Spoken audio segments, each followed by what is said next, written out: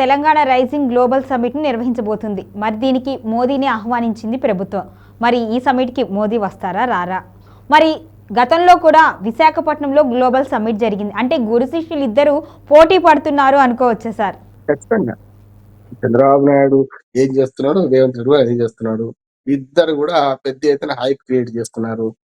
మింగ మెతుకు లేదు మీసాలకు సంపెంగం ఉన్న సామెత ఒకటి ఉన్నది. అట్లాగే ఉంది పరిస్థితి. ఒక మాట మనం ఆంధ్రప్రదేశ్ పక్కన పెడతాం. ఆంధ్రప్రదేశ్ రాజకీయాలు వేరే మాట్లాడుతున్నాం. తెలంగాణ రాజకీయాల గురించి మాట్లాడదాం. మేము వరకు అప్పు కోసం పోతే చెప్పులు ఎత్తుకుపోయేలా చూస్తుందని రేవంత్ రెడ్డి గారు అంటాడు. నెల లెక్కలు చూస్తే 18,000 కోట్లు వసూలు అవుతున్నాయి, 24,000 కోట్ల ఖర్చు ఉన్నది, ఏం చేయాలి అంటున్నాడు. నన్ను కోసినా సరే ఒక్క రూపాయి కూడా మీకు పెంచలేను అని ఉద్యోగస్తులతో నాకు చెప్పిండు. నన్ను పోసుకొని తింటారా ఏం చేస్తారని చెప్పిండు. ఇవన్నీ మన మాటలు విన్నాం కదా, ఆయన మాటలే కదా. అంటే తెలంగాణ ఆర్థిక స్థితి దుర్మార్గంగా ఉందని మనకు అర్థమవుతుంది. దానికి కారణం ఏం చెప్తారు? ఇంకా 2 ఏళ్ల నుంచి ప్రభుత్వం అధికారంలోకి వచ్చి పాత 10 ఏళ్ల ప్రభుత్వం మీద పెడుతున్నారు. సరే అప్పుడు సంగతి అందరికీ తెలుసు. అసెంబ్లీ సాక్షిగా ఎంత చెప్తున్నారు, బయట ఎంత చెప్తున్నారని. అక్కడ ఆంధ్రప్రదేశ్లో జగన్మోహన్ రెడ్డి 13 లక్షల కోట్లు అన్నారు. చివరికి వస్తే 7 లక్షలు 8 లక్షల కోట్లు తేలింది అప్పు. ఇక్కడ కూడా అదే ఏమైంది. ఇక్కడ కూడా 8 లక్షల కోట్లు 7 లక్షల కోట్లు అన్నారు. చీర చూస్తే 5 లక్షల కోట్లు కూడా లేవు. మొత్తం అంతా అప్పు అంతా కలిస్తే గ్యారంటీ అప్పులు, బడ్జెట్ అప్పులు ఇవి చూస్తున్నాం. అంటే వాస్తవాలు వేరుగా ఉంటే అసత్యాలు అర్ధసత్యాలు వేరు చెప్తుంటారు. ఇక్కడికి వస్తాయి. ఏమైతుందంటే సమ్మిట్ పెట్టడం తప్పు కాదు, గ్లోబల్ సమ్మిట్ పెట్టడం తప్పు కాదు, ఆహ్వానించడం తప్పు కాదు. ఇప్పటికే డల్లాస్ పోయి ఏం తెచ్చిండు, 2 సంవత్సరాలు పోయొచ్చిండు. 2 సంవత్సరాలు డల్లాస్ పోయి ఏం తెచ్చిండు తెలుసు. గతంలో కేసీఆర్ గారు అంటే మాటలు కోటలు దాటుతున్నాయి, కాళ్ళు మాత్రం గడప దాటలేదు. కేసీఆర్ గారు తక్కువ లేదు. ఆయన కూడా చాలా విషయాలలో అవాకులు చవాకులు పేరుండు రకరకాల హామీలు ఇచ్చిండు, చూసినాం మనం. అవన్నీ పోయినాయి. ఇప్పుడు ఏంటంటే రైజింగ్ తెలంగాణ రైజింగ్ అని చెప్పి 2047 పెట్టారు. మంచిది, నేనంటే దాన్ని ఆహ్వానిస్తున్నా. ఇప్పుడు అభివృద్ధి లక్ష్యం పెట్టుకోవడం తప్పు కాదు. గతంలో చంద్రబాబు నాయుడు గారు కూడా మనం 2020 విజన్ పెట్టుకుంటే అందరూ అపహాస్యం చేశారు. 2020 విజన్ అయిపోయింది, 2047 విజన్. విచిత్రం ఏంటంటే అక్కడ మోడీ గారు, అక్కడ చంద్రబాబు నాయుడు గారు, ఇక్కడనేమో రేవంత్ రెడ్డి గారు, ముగ్గురు కూడా విజన్ 2047 అంటున్నారు. దేశంలో చాలా మంది, కేరళ కూడా అదే అన్నది. కనుక నేనేమంటున్నానంటే ఈ 2047 విజన్ కు తగ్గట్టుగా వీళ్ళు అడుగులు పడుతున్నాయా అని చెప్పాలి. ఉదాహరణకు మనకు మన $3 ట్రిలియన్ $3 ట్రిలియన్ ఆర్థిక వ్యవస్థ చేస్తా ఉంటున్నారు. అసలు ట్రిలియన్ అనే దానికి అర్థం ఏంటి తెలవాలి చాలా మందికి కదా. $1 ట్రిలియన్ అంటే సుమారు 90 లక్షల కోట్ల రూపాయల లెక్క. $1 ట్రిలియన్ అంటే 3 ట్రిలియన్ అంటే ఎంత? 270 లక్షల కోట్లు. మనం ఎక్కడున్నాం ఇప్పుడు? నూతిలో ఎక్కడో ఉన్నాం, ఆకాశాన్ని ఎదుగుదామంటున్నాం, ఆకాశాన్ని నిచ్చెన వేస్తామంటాం. తప్పు కాదు, లక్ష్యం పెట్టుకోవడం తప్పు కాదు. కానీ పెట్టుకున్న లక్ష్యం ఆచరణ సాధ్యమా కాదా అని కూడా చూడాల్సిన అవసరం ఉంది. ఉదాహరణకు ఇప్పుడు మన మొత్తం మన రాష్ట్రాన్ని అమ్మేసిన 18 లక్షల కోట్ల రూపాయలు ఉంది. 18 లక్షల కోట్ల జీడిపితో మనం ఉన్నాం రాష్ట్రంలో. కానీ మనం పెట్టుకుంది 2034 వరకల్లా 1 ట్రిలియన్ అంటున్నాం. 90 లక్షల కోట్లకు పెరగాలి. 18 ఎక్కడ, 90 ఎక్కడ? పోనీ పక్క రాష్ట్రాలతో పోల్దాం మనం. ఎందుకంటే పక్క రాష్ట్రం అంటే ఆంధ్రప్రదేశ్ కాదు, ఆంధ్రప్రదేశ్ ఇంతకంటే అధ్వానంగా ఉంటుంది. మనం మహారాష్ట్ర అంటే ఆర్థిక రాజధాని. ఆర్థిక రాజధానితో పోలిస్తే అక్కడ ఇప్పుడున్న మనం 18 లక్షల దగ్గర ఉంటే మళ్ళీ 54 లక్షల దగ్గర ఉన్నాం. అంటే మనకంటే 3 రెట్లు ఎక్కువ ఉన్నాము. మరి బాంబే ఆర్థిక రాజధాని, ప్రపంచాన్ని శాసించే రాజధాని, దేశంలో అత్యంత ముఖ్యమైన నగరం, మొత్తం అంతా ఆర్థికం అంతా అక్కడనే జరుగుతుంది. అటువంటి బాంబేనే ఇవాళ మన మహారాష్ట్రనే 54 లక్షల కోట్ల రూపాయల ఆదాయంతో ఉంటే, జీడిపితో ఉంటే, మరి 54 చేరుకోవడానికే 3 పెరగాలి కాదు. 90 చేరుకోవాలంటే ఏంటి? దాదాపు 6 ఇంతలు, అంటే 5 మనకు 18 లక్షలు అంటే దాదాపు 5 ఇంతలు పెరగాల్సి వస్తుంది. 90 లక్షల కోట్లు అంటే పెరుగుతామా లేదా, ఆచరణ సాధ్యమా ఆలోచించాలి. ఒకటి. రెండోది ఏంటంటే సదస్సు ఎట్లాగో బాగా జరుగుతుంది. 2 రోజుల సదస్సు, అన్ని ఏర్పాట్లు జరుగుతూనే ఉన్నాయి. ఆహ్వానించిన వాళ్ళందరూ వస్తారో తెలియదు, కానీ నాకు కొంచెం ఆశ ఉంది. ఏంటంటే మోడీ గారు దీనికి వస్తారని అనుకుంటున్నాను. ఎందుకంటే కొన్నిసార్లు మోడీ చాలా దిమ్మితు చేస్తారు. కనుక వస్తే వచ్చాం, రాకపోతే రాడు కూడా. రెండోది కూడా చెప్తున్నాను, 2 అవకాశాలు ఉన్నాయి. ఎందుకంటే పుతిన్ ఇవాళ రేపు ఉంటున్నాడు, ఆయన రేపు సాయంత్రం వెళ్ళిపోతాడు. కానీ 8-9 కనుక టైం ఉంది.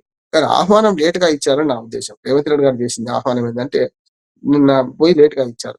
సరే తన పార్టీ వాళ్ళు కనుక సోనియా గాంధీ వస్తారా తెలియదు, కానీ సోనియా గాంధీకి ఇచ్చారు, రాహుల్ గాంధీకి ఇచ్చారు, ప్రియాంక గాంధీకి ఇచ్చారు, మల్లికార్జున ఖర్గే, 4 స్తంభాలు అక్కడ వాళ్ళకి ఇచ్చారు. బాగానే ఉన్నాయి. వాళ్ళు వస్తారా, వాళ్ళు అందరూ రాకపోవచ్చు అని నేను అనుకుంటా. 1-2 తప్పనిసరి వస్తారు.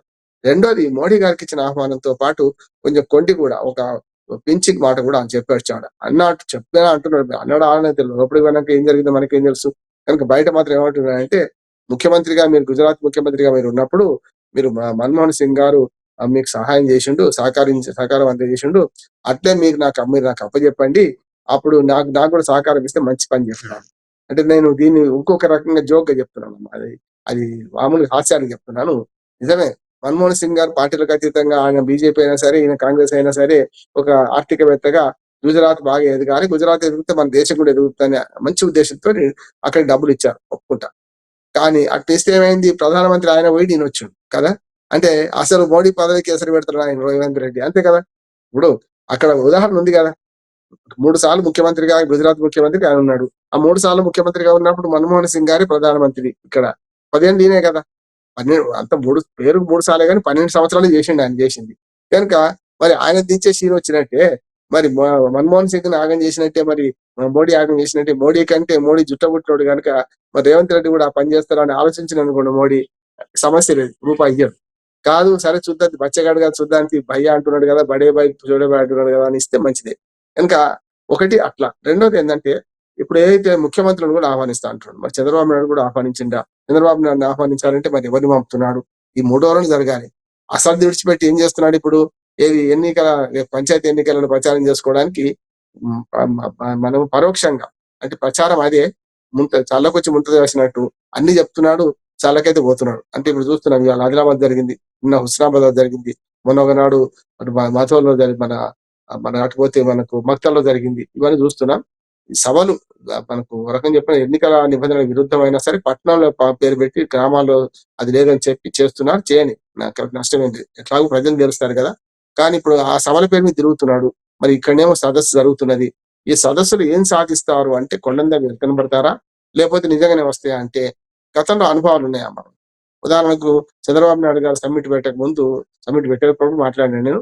మొదటి 5 ఏళ్లలో 18,60,000 పెట్టుబడులు వచ్చినాయని ప్రకటించిండు ఆయన.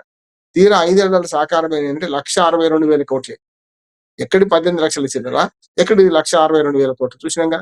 ఇక్కడ కూడా మరి 2 సార్లు డల్లాస్‌కు పోయొచ్చి, 2 సార్లు సదస్సులకు పోయి లక్షల కోట్లు పెట్టుబడి వస్తున్నాయి. హైప్ క్రియేట్ చేస్తున్నారు తప్ప ఇంకోటి లేదు. చూద్దాం. ఈ 2 రోజుల సదస్సు జరిగిన తర్వాత అసలు సాకారం ఎన్నైతే చూడాలి. ఇప్పటికి 2 ఏళ్ళు అయిపోయింది. గత ప్రభుత్వం మీద ఎప్పటికీ ఇంకా దుమ్మెత్తి పోసుకుంటా, గత ప్రభుత్వం మీద శాపనార్థాలు పెట్టుకుంటా, కేసీఆర్ అనే మాట మాట్లాడకుండా ఏ సఫలం ఉంటలేడు కదా ఆయన. రేపు ఏం జరుగుతుందో చూద్దాం. కానీ నా ఉద్దేశం ఏంటంటే నేను పాజిటివ్‌గా స్పందించేది 2 విషయాలు. ఒకటేమో తెలంగాణను 3 రీజియన్‌లు చేయడం. అది ఒప్పుకోవాలి. ఎందుకంటే మనకు ప్యూరు, రేర్ అని దానివల్ల. అట్లాగే జీహెచ్ఎంసీని మొత్తం అంతా విస్తరించి కలపడం. సమస్యలు వస్తాయి కాదట్లేదు. ఆ సమస్యలు కూడా ఇంకో 2 మాట్లాడుకుందాం మనం. కానీ ఈ 3 చేసుకుంటూనే రైజింగ్ తెలంగాణ అనే పేరు మీద ఒక విజన్ డాక్యుమెంట్ రిలీజ్ చేస్తున్నారు. విజన్ డాక్యుమెంట్‌లో స్పష్టంగా ఏ రంగాల్లో ఏం చేస్తామని చెప్తారు కదా! అది వచ్చిన తర్వాత పూర్తిగా మాట్లాడొచ్చు. కానీ ఇప్పుడైతే చేస్తున్న ఇవన్నీ కూడా చూస్తుంటే సార్ రేవంత్ రెడ్డి గారు చేస్తున్న ఇవన్నీ చూస్తుంటే ఒకవైపు గ్లోబల్ సమ్మిట్ కావచ్చు, ఇంకొక వైపు జిహెచ్ఎంసీ విస్తరించడం కావచ్చు, ఇంకొక వైపు మీరన్నట్టు క్యూరు ఇవన్నీ కూడా కావచ్చు. ఇవన్నీ అంటే ఆయన మోయగలిగే భారమే అనుకోవచ్చా, లేకపోతే మోయలేని భారాన్ని తల మీదకి ఎత్తుకుంటున్నారు అనుకోవచ్చా? ఇదంతా ప్రజల ముందు ఏదో అలా షో చేయటానికి అనుకోవాలా? తేలిపోద్ది కదమ్మా. ఇవాళ షో చేస్తున్నాడు కరెక్టే. ఓ సంవత్సరం తేలిపోద్ది కదా! ఇప్పుడు పెట్టుబడులు వస్తాయా రావా అనేది సమ్మిట్ అయినాక 6 నెలలకు తెలిపోతుంది. ఎన్ని సాకారం అయితే ఎన్ని కదా! అట్లానే ఇప్పుడు భూభారతి మన ధరణి తీసేసి భూభారతి పెట్టాడు. ఇంకా వివాదాలు ఇంకా పోలే. ఎప్పుడైనా పెట్టుబడులు వచ్చేవాడు 2 ఆలోచన చేస్తాడు, 3 ఆలోచన చేస్తాడు. ఒకటి భూమి మీద వివాదాలు ఉండొద్దు. రెండోది కమ్యూనికేషన్, ట్రాన్స్‌పోర్టేషన్ అట్లాగే మౌలిక వసతులు నీళ్లు, కరెంటు ఇవన్నీ ఉండాల్సిన అవసరం ఉంటది. మూడోది అవినీతి లేకుండా ఉండాలి. మరి ఇప్పుడు చూస్తున్నాం కదా హిల్ట్ పాలసీ పేరు మీద మొత్తం 5,00,000 అవినీతి చేస్తున్నారని ప్రతిపక్షాలు ఆరోపిస్తున్నాయి. బీజేపీ కూడా ఆరోపిస్తున్నది. 5,00,000 3,00,000 పక్కన పెట్టి 5,000 వీళ్ళు అమ్మేస్తున్నారని ఒకటి వస్తున్నది. కనుక మరి పారిశ్రామిక రంగ పాలసీ కూడా ఇట్లా తప్పుగా ఉంటే రేపు పరిశ్రమలు పెట్టేవాడు ఎట్లా వస్తాడు? అవినీతి ఉంటే రాదు కదా! ఇవన్నీ చూస్తున్నాం. ఖచ్చితంగా రేపు హిల్ట్ పాలసీ మీద మాత్రం వేరుగా మాట్లాడుకోవచ్చు. కానీ అవినీతికి ఆజ్యం పోసే అదే పథకమే నేను అంటున్నాను. చూద్దాం ఏం జరుగుతుందో. కానీ ఇవాళ చెప్పాను కదా మింగమెతుకు లేదు మీసాలకు సంపెంగ ఉన్నాయి అన్నట్టు 18,000 ప్రతి సంవత్సరం 10 నెలలు వస్తున్నాయి. 24,000 ఖర్చు ఉంది. 6,000 లోటే ఉన్నది ప్రతి నెల. అంటే 12 ఆరు 72 సుమారు ₹1,00,00,000 లోటు కనపడుతుంది. అది కూడా పప్పు బెల్లాలు పంచుతుంటే పోయే దానికే. ప్రభుత్వ జీతాలు అట్లాగే పప్పు బెల్లాలకే పోతున్నాయి. అభివృద్ధికి ఏం రూపాయి ఉంటలేదు. అభివృద్ధి అంటే వాళ్ళు అప్పు చేయాల్సి వస్తున్నది. కనుక ఈ స్థితిలో మరి గ్లోబల్ సమ్మిట్ సక్సెస్ అవుతుండొచ్చు. కానీ గ్లోబల్ సమ్మిట్ తర్వాత వచ్చే ఫలితాలను ఇప్పుడే చెప్పలేం కనుక ఒక 6 నెలల తర్వాత సమీక్షించుకోవచ్చు. అందరిని ఆహ్వానించారు. మోడీ వస్తారా తెలియదు. మరి కేంద్ర మంత్రులు చాలా మందిని ఆహ్వానించి వచ్చారు. అనుకోకుండా నిన్న ఏమో బంపర్ ధమాకా అన్నట్టు డైరెక్ట్ పోయి అందరు పార్లమెంట్ సమావేశం జరిగితే అందరు కలిసింది అక్కడనే అందరిని కలిసి ఇచ్చి వచ్చారు. రేపు 8, 9 నాడు జరగబోతుంది. ఆ తర్వాత మనం ఎన్ని కరెక్ట్ అవుతాయి ఎన్ని కాదు అనేది విజన్ డాక్యుమెంట్ కూడా పూర్తిగా చూసిన తర్వాత మాట్లాడదాం మనం.